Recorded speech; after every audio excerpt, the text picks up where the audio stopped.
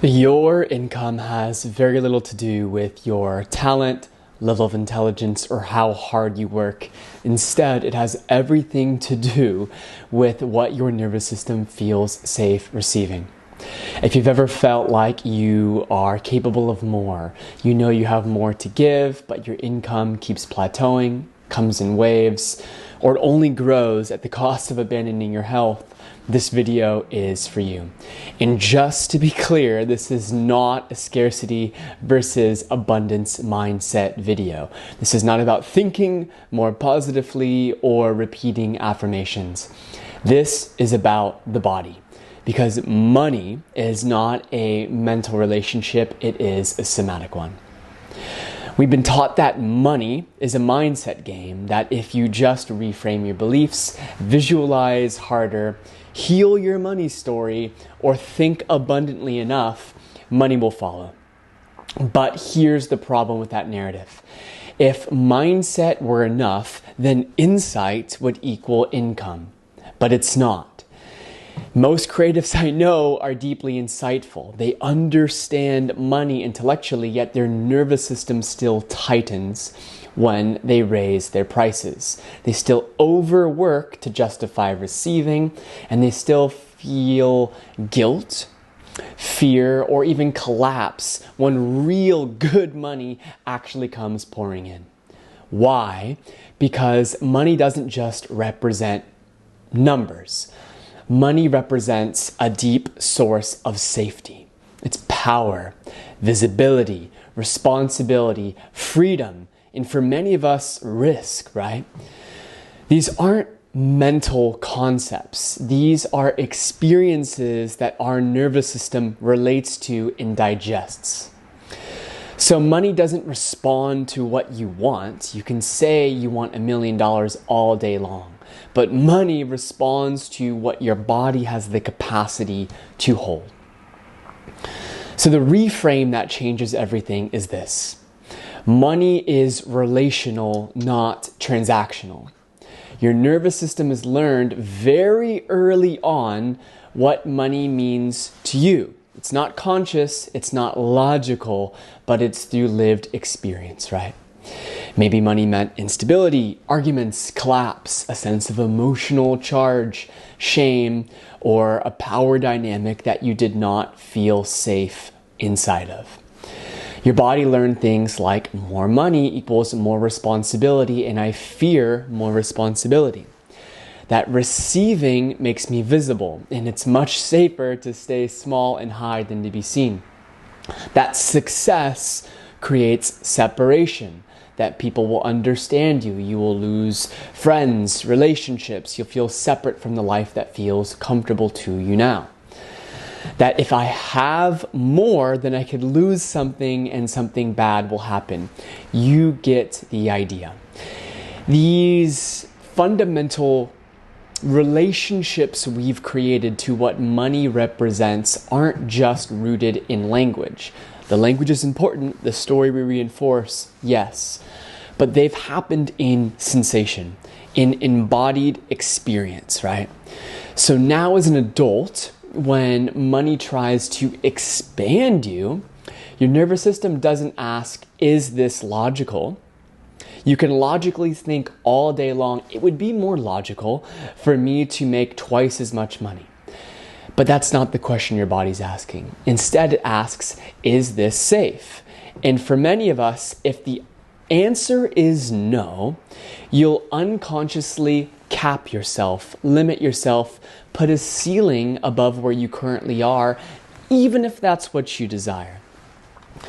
Because you don't earn money at the level of your ambition. You earn it at the level of your nervous system's tolerance, capacity, and ability to stay regulated, right?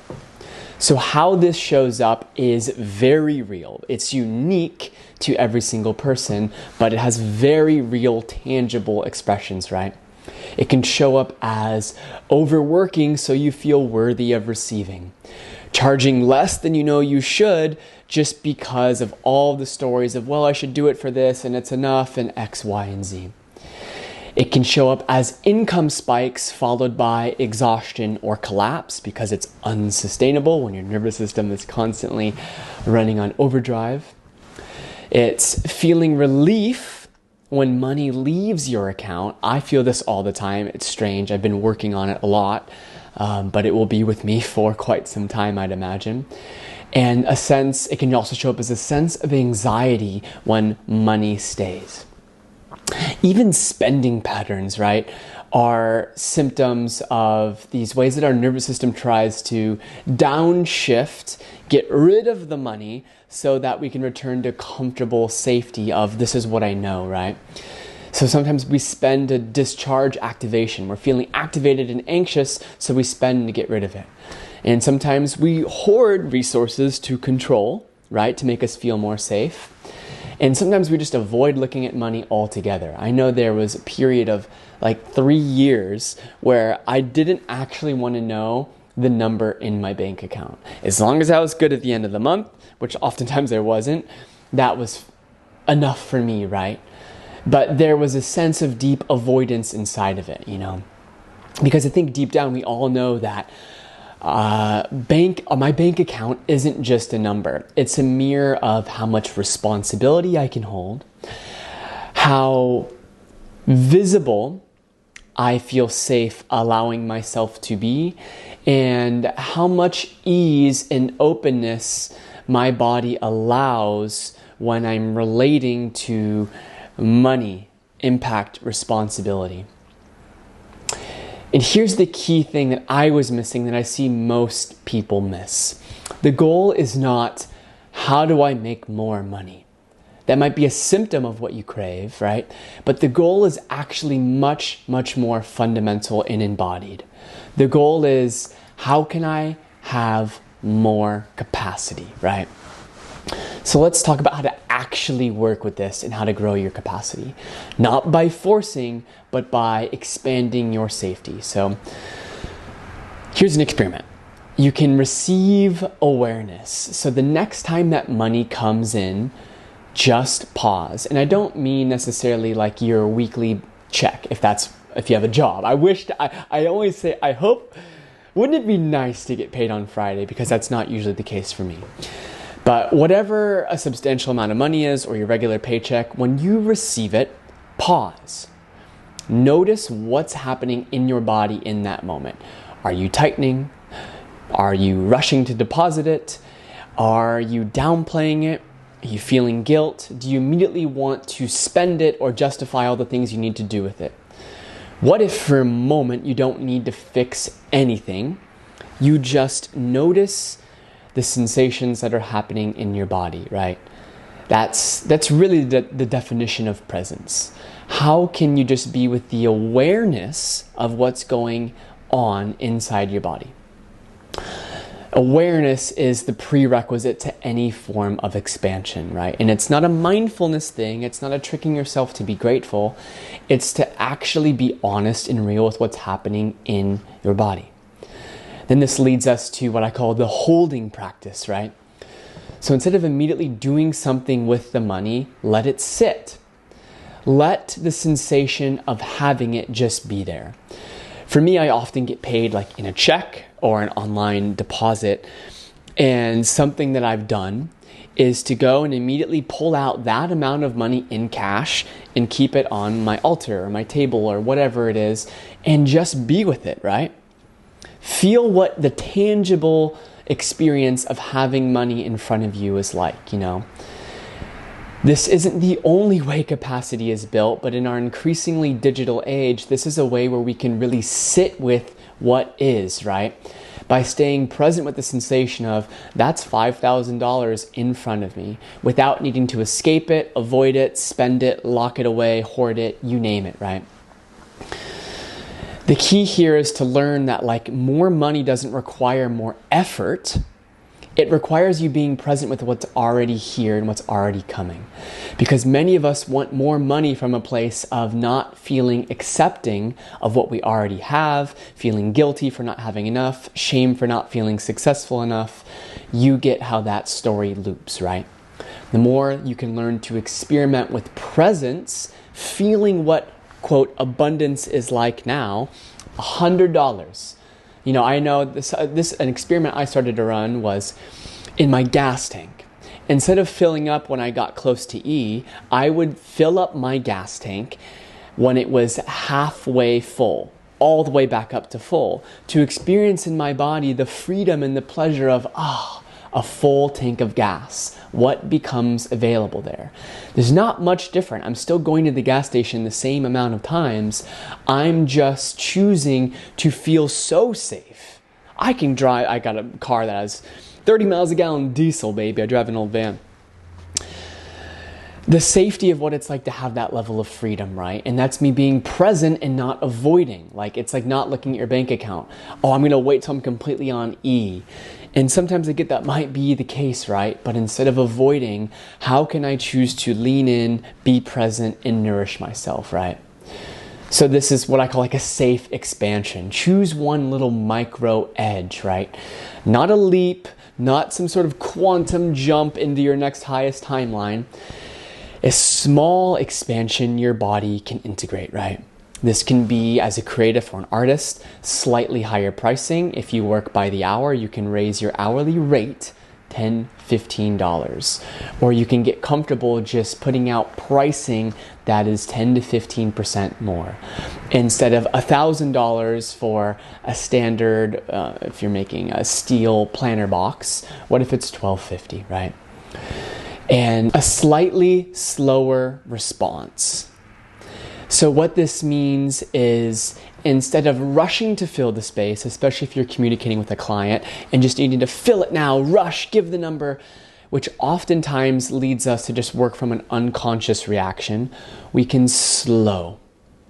And we can take that pause and we can create a response rather than a reaction, so that we can really consciously express with agency our value, what we crave to create, the type of relationship that is built on a higher value, so on and so forth, right? And then altogether we can create slightly more space around money, right? Instead of constricting, tightening, and not talking about it, we can create some openness, some levity, maybe even play around our relationship to money. This could even look like, how can you integrate just a little bit more pleasure into your relationship with money? It doesn't mean go out and spend it all the time, but creating a ceremony or a ritual around, hey, I have an extra $100 this week to spend on a nice dinner, or whatever it is, a full tank of gas to get you camping, something like that. Doesn't mean you always have to treat yourself, but how can you introduce play and spaciousness to your relationship to money? You're not proving your worth here. This is important.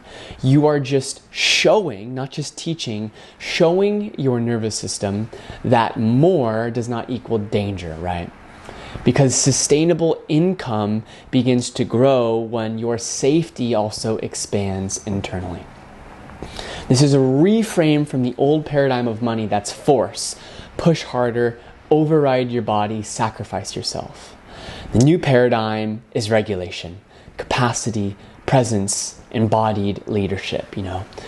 If you feel like you don't have the income that you want, you're not broken, you're not behind, and you don't need to hustle your way into worthiness. When you learn to train your nervous system to feel safe holding more, life responds. Slowly, sometimes rapidly, but expect slow, right?